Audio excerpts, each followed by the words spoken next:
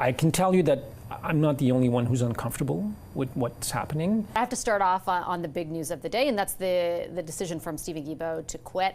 And I have to say, and this isn't a specific reference to you, but I've listened to Liberals respond to even the Prime Minister. It feels a bit sort of like gaslighting. Like, this isn't a big deal, it's not dramatic, it was sort of expected, there's no dissent in caucus. Is that really true?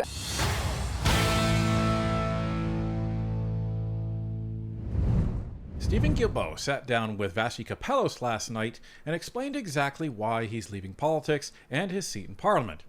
He also made it clear that he is not the only Liberal uncomfortable with the direction that Mark Carney is taking. But the kicker came when Capellos pressed Gary Nandasangari on it and accused him and Mark Carney of gaslighting Canadians live on air. Let's take a look. Hi, Mr. Guilbeault. Good to see you. As always, I appreciate you making the time. My pleasure, Vash. I know it's a busy day, so it's good to see you here in studio. What was the breaking point for you? I think my decision to leave politics started when I decided to leave cabinet, really. At the time, I decided to stay, hoping that I would be able to influence some of the upcoming decisions that the government had to make, certainly on nature, which ended up landing very well, and it's an area where Canada is maintaining its international leadership. There's something in the spring economic statement about our climate finance commitment under the Paris Agreement. Rich countries contribute to helping countries in the South tackle climate change. We've increased slightly our commitment, whereas some of our peers, Britain, France, have reduced theirs, and in fact the United States have completely abolished their support. So these are good things, but I mean, obviously the one element that was going to be a determining factor was the result of the negotiations between the federal government and Alberta through this MOU process. So is it fair to say that the MOU as it landed a few weeks ago is what determined your decision? Yes. And if that MOU was not signed, would you still be a politician? So I published a letter to the editor some weeks ago in the Toronto Star and La Presse, saying basically I wasn't opposed to the idea of signing a memorandum of understanding with Alberta, but we shouldn't do so at the expense of our plan to fight climate change.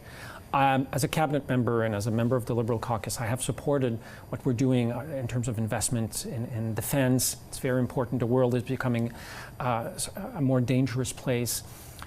But last time I checked, tens of thousands of Canadians haven't been displaced because of threats from China, Iran, or Russia. Tens of thousands of Canadians have been displaced because of the impacts of climate change. Year after year, forest fires, floodings, atmospheric rivers, heat waves. And to largely abandon the fight against climate change as part of this agreement with Alberta. We're not stopping everything. There are some measures that are staying, investments, tax credits, some regulatory measures. But we're, to use a very bad analogy, we're putting our foot off the gas when it comes to fighting climate change. And I think Canadians are going to pay the price. Now this is funny. It's funny because, again, we're just over a year after the election was completed. And we seem to have a case of people that don't seem to know what's going on. You have some new Liberals that have changed but not changed their position since the election. And you now have Stephen Guilbeault and a bunch of other people that are saying, wait a minute, I thought we were fighting for one thing, but now we're fighting for another. So let me just remind everybody of what happened just over a year ago when Stephen Guilbeault was one of the first people to come out in support of Mark Carney. This is what he said. We have an important decision to make as part of the leadership race of the Liberal Party of Canada by March 9th. And I'm here to tell you today that I will be offering my support to Mark Carney. I've known Mark for many years. We've worked together on issues of green energy, transition, fighting climate change, and the role of the financial sector in fighting climate change. Mark has worked to mobilize actors all around the world. He's a special advisor to the UN Secretary General on the issue of climate change and green financing. He has the experience, he has the background, he's navigated crisis when he was at the Bank of Canada, the Bank of England, and I know he's the right person to help bring us into the next phase of our work to support Canadian, to build a strong economy and to fight climate change. And isn't it funny, because that Luke Skywalker quote comes to mind from The Last Jedi, where he says, you know what's amazing about what you just said? Everything was wrong. So everything that Stephen Guilbeault just said about what he said about Mark Carney was actually wrong. And it led Stephen Guilbeault to actually leave cabinet and leave his seat and leave his party. Now, that's not going to happen until later this this summer, according to Mr. Guilbeault. My guess is it's to help preserve the Liberal majority, but doesn't change the fact that he's leaving, and doesn't change the fact that what he is essentially saying is Mark Carney duped him. So Canadians need to ask the question: if Mark Carney is flat out lying to his ministers and lying to his own caucus, lying to his own supporters that are in the room with him, why would you trust him in talking to you when he doesn't have to worry about you? He doesn't talk to you. He doesn't need your support right now. That's the question. Did they try to get you to stay? There were some conversations. Did the Prime Minister? I should be more specific. There was some conversation with his office where they said they were interested in keeping me on board, but at the same time, I don't think they were particularly pleased with the fact that I was being publicly vocal in my disagreement with the government on some of those issues. So I think it's I respect the Prime Minister. I respect the team and cabinet and my colleagues. It's just time for me. I came into and people come into politics for different reasons. That's why I came into politics. And if I can't work on that and help move those issues inside politics, then I'm just going to go and do it somewhere else. Do you think the possibility exists for others to follow suit? What does your gut tell you? I think it's a good question. I mean, as you know, in our parliamentary system, it's very rare to see a cabinet minister leave cabinet of their own. Usually you're asked to leave, or there's an election, there's a cabinet shuffle. I can tell you that I'm not the only one who's uncomfortable with what's happening. Other than that, I'm not sure what people will do. So, doesn't sound like they tried to convince him to stay. What are you going to offer him, right? What are you going to offer a climate fanatic who's already resigned from a cabinet position where he was making over $100,000 more than he's making right now? Say what you want about Guilbeault, but he gave up that money because he is a fanatic about the environment. Now, he doesn't get a pass because he still voted for the Emergencies Act, and he was still around for all of the corruption through the Trudeau era. Let's not forget all of that, folks, and put this in perspective. But he has his own principles that apparently he's standing by. And isn't it funny that he says, well, they weren't happy that I went public with this? No, I imagine Mr. Carney was not. And I imagine, if you believe Mr. Guilbeault, he has said, I've had many conversations with the Prime Minister. I've tried to influence. I've tried to do this and I've tried to do that. And Mark Carney won't listen. Mark Carney refused to listen. This is consistent with what some of these articles that are coming out from the CBC and the Globe and Mail and these juicy political tabloid type of articles, even from the mainstream media, where they say Mark Carney doesn't listen to folks outside of his inner circle, which evidently Mr. Guilbeault wasn't part of. And maybe that's one of the other reasons. But the other thing about this that's interesting is then Bashy goes on to directly ask him, Will there be others? And he's like, listen, there's other people that feel the exact same way as I do. How many other people? Well, it's a good thing we have that number, isn't it? Because story broke earlier where there was 14 people who signed this letter. Guilbeault would have been one, for sure. Wilkinson, another staunch environmentalist that was shuffled to the dumpster seats, as we've been told they're called, is another one. So that's at least two, which means there's 12 others. I don't know if Nathan Erskine Smith is a part of that. Who knows? But there's 12 others. 12! It's almost 10% of your caucus. That's no small chunk. And now that they've seen Guilbeault get up and leave, as we've postulated, are we going to see any move to independent? Are we going to see them move to the bloc? Don't know.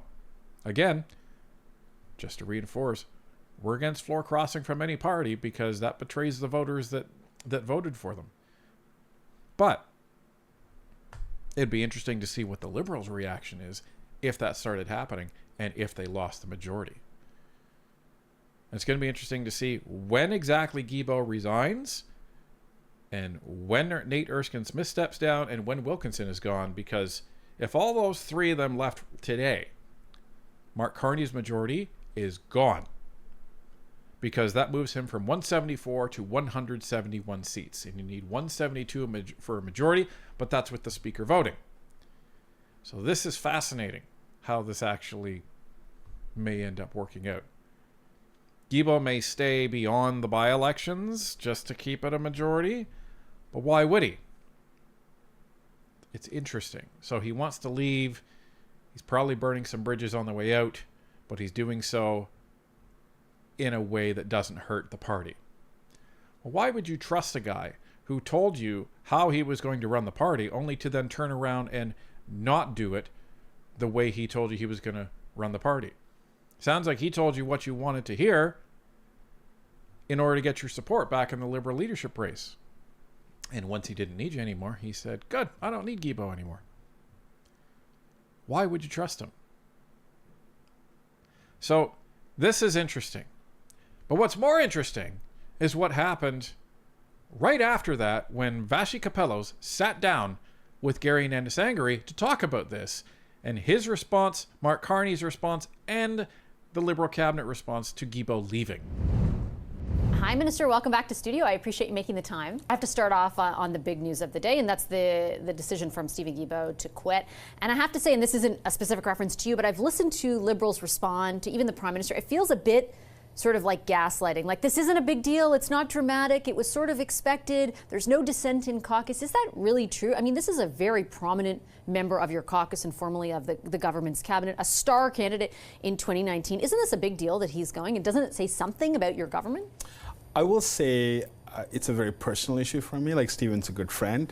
I worked with him very closely on two major projects, Pickering lands in Pickering, the airport lands, and then Haida, recognition of Haida title in Haida Gwaii, and we spent some time together.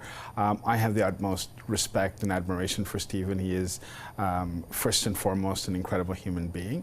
He's certainly a loss to our caucus, but I will say that over the last year, number of things have been happening both in Canada and around the world, where I think we realize that, yes, we have a very strong team, but our focus also needs to be laser sharp on the economy and making sure that Canada can withstand some of the challenges we've been facing with the tariffs. So while I think, Stephen has played a crucial role in our environmental policy, and he will continue to do that both at the national and I would say the international level, because he is that highly respected. We as a government and as a party, thank him, and we will continue to do the work that we know is important for Canadians. On the latter part, are you so sure? Mr. Guilbeault told me tonight in an interview just a few moments ago that there are other people as uncomfortable with him about the direction that your government is taking. If the Prime Minister can't convince those individuals, and in particular in this case Mr. Guilbeault, to stick on board in the middle of this crisis as you describe it, how can you expect to convince other Canadians? Good on Vashi. The only thing that I wish he would have went a little bit further on is, what does this say about Mark Carney's leadership? didn't get there. But, I'll take it where I can get it, because this is what I was hoping at least more of the media would be asking. But the fact that she accuses Mark Carney and Gary Nanisangri and the rest of these Liberals of gaslighting Canadians with their response, oh, this is no big deal. Good on her, man. Honest journalism is what we need in this country. It's one of the reasons why Northern Perspective exists, because we don't get much of it in this country. And we have our opinions, but we don't make up facts. We don't distort facts to suit a narrative. We give you facts as we have them, and then we give you our opinion after that. So this is really nice to see, and it's actually interesting if you listen to Gary's answer, because he says, well, we don't really need Guilbeault anymore. That's low-key what he's essentially saying. We're focused on the economy, so we're not so focused on the environment anymore. That's kind of what he's trying to say, because that's the answer that they want to try to please Canadians with, because they know that they're not really winning in the affordability side of things in terms of public opinion. They're winning against the Donald Trump in the US side because, well, we know why. But this is fascinating, the way he's coming at this answer, but almost a low-key insult to Steven Guilbeault, like, oh yeah, we don't need him anymore. I don't know if that's actually very smart, because when Vachi follows that up with, well, are you sure? There's a bunch of other people that are just as unhappy as him, most likely all those people that signed that letter, and they're going to be listening to this as well. And they're going to be listening to Gary's response, and they're probably not going to be too happy with that. Because in low-key insulting Steven Guilbeault in that answer, he's also insulting all the people that feel just like him. So what are they supposed to think looking at this? And what are they supposed to think hearing this answer from Gary here? Look, I think what we've been able to do in the last year, what we've done today, there's two major announcements today, one from British Columbia with the Germans and the Nisga'a Nation, the announcement by Saab today, I think speaks to the results that we're seeing. The work around the environment is crucial for us. It is about our future. It is about, our collective needs as a people to ensure that we sustain our environment. That's why we're protecting both the land and waters 30% by 2030. There's a number of very important initiatives, including the new electricity guidelines that Minister Julie de Bruzen put forward last week. And we're continuing to work and to advance issues around the environment. We could do both. What I will say is that we have not been able to meet some of the targets that we had previously set. And right now, we've... right now, the analysis is you won't meet any of them, even the ones in the future. What I will say is that we are pivoting to a point where they're much more realistic to meet, and our expectation is to work towards them. I'll just quickly challenge that, you talk about the announcement today as results. You announced today an agreement that you hope incentivizes investment into a project and basically a negotiation for what appears to be something like a sole source contract. None of those are done deals, just to put that in the mirror. Even the media now is recognizing these announcements as a bunch of malarkey, unmitigated horsepucky, according to Mr. Dan McTeague. You're announcing something. You're announcing a possibility. Wow, that sounds awesome. But possibilities don't put dollars in Canadians' pockets. Announcements don't put dollars in Canadians' pockets. And he didn't address really environment at all. All he did was essentially say, well, we're making some announcements and that's showing results, and we're trying to do both. And then Vassi's like, you haven't hit any of your targets. Well, we're hitting targets that are more realistic.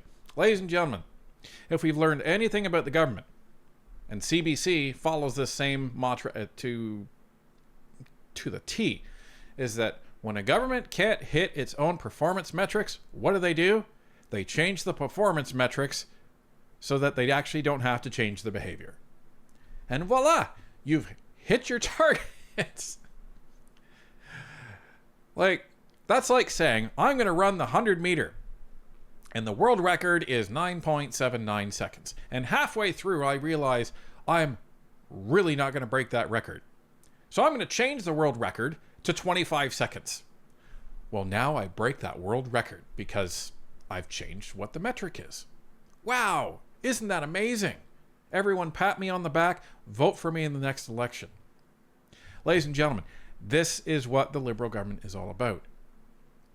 And if this is how the Liberal government is treating A, their own cabinet ministers, B, the people who put their neck on the line to actually support Mark Carney in the Liberal leadership race, and C, the Liberal MPs in this caucus, how do you think they're going to approach treating you?